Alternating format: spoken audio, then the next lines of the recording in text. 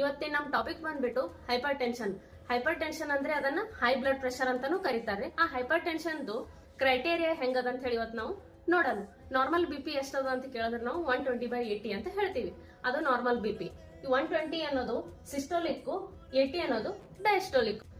Systolic 120 to 139 ಇದ್ರೆ ಅಥವಾ diastolic 80 to 89 ಇದ್ರೆ ಅಂತವ್ರಿಗೆ ನಾವು ಪ್ರೀ ಹೈಪರ್ ಟೆನ್ಸಿವ್ ಅಂತ ಕರಿತೀವಿ. ಈ ಹೈಪರ್ ಟೆನ್ಷನ್ ನಲ್ಲಿ 3 ಸ್ಟೇಜಸ್ ಇರ್ತಾವ. ಅವು ಯಾವ ಅಂತ ನೋಡೋಣ ಬರ್ರಿ. ಸಿಸ್ಟೋಲಿಕ್ 140ಕ್ಕಿಂತ ಹೆಚ್ಚಿತ್ತು ಅಥವಾ ಡಯಾಸ್ಟೋಲಿಕ್ 90ಕ್ಕಿಂತ ಹೆಚ್ಚಿದ್ರ ಅಂತ ಪೇಷಂಟ್ ಗಳಿಗೆ ನಾವು ಹೈಪರ್ ಟೆನ್ಸಿವ್ ಪೇಷಂಟ್ ಅಂತ ಕರಿತೀವಿ. 140 to 159 ಸಿಸ್ಟೋಲಿಕ್ ಬಿಪಿ ಇತ್ತು ಅಂದ್ರ, ಇಲ್ಲ ಅಂದ್ರೆ 90 to 99 ಡಯಾಸ್ಟೋಲಿಕ್ ಬಿಪಿ ಇತ್ತು ಅಂದ್ರ ಅದನ್ನ ಸ್ಟೇಜ್ 1 ಹೈಪರ್ ಟೆನ್ಸಿವ್ ಬಿಪಿ ಅಂತ ನಾವು ಕರಿತೀವಿ. 160 to 179 ಸಿಸ್ಟೋಲಿಕ್ ಬಿಪಿ ಇತ್ತು ಅಂದ್ರೆ 100 to 109 ಡಯಾಸ್ಟೋಲಿಕ್ ಬಿಪಿ ಇದ್ರೆ ಇದನ್ನ ಸ್ಟೇಜ್ 2 ಹೈಪರ್ ಟೆನ್ಸಿವ್ ಅಂತ ಕರಿತೀವಿ.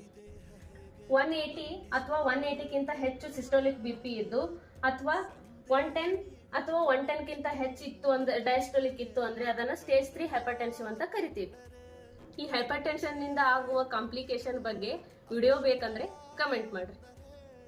ನೋಡ್ರಿ, ವಿಡಿಯೋ ಮಾಡ್ಬೇಕಂದ್ರೆ ಬಹಳ ಕಷ್ಟ ಪಡ್ಬೇಕು. ಅದು ನನಗೆ ಈಗ ಗೊತ್ತಾಗ್ಲಿಕತ್ತದ. ನಾ ಇಷ್ಟು ಕಷ್ಟಪಟ್ಟು ವಿಡಿಯೋ ಮಾಡಿದ್ಕನು ನೀವು ಯೂಸ್ ಮಾಡ್ಕೋಬೇಕು. ಸೊ ಹಂಗಾಗಿ ನೀವು ಏನ್ ಮಾಡ್ರಿ, ಲೈಕ್ ಮಾಡ್ರಿ, ಶೇರ್ ಮಾಡಿ, ಸಬ್ಸ್ಕ್ರೈಬ್ ಮಾಡ್ರಿ. ಇಷ್ಟೇ ನಾನು ನಿಮಗೆ ಕೇಳ್ಕೊಂಡು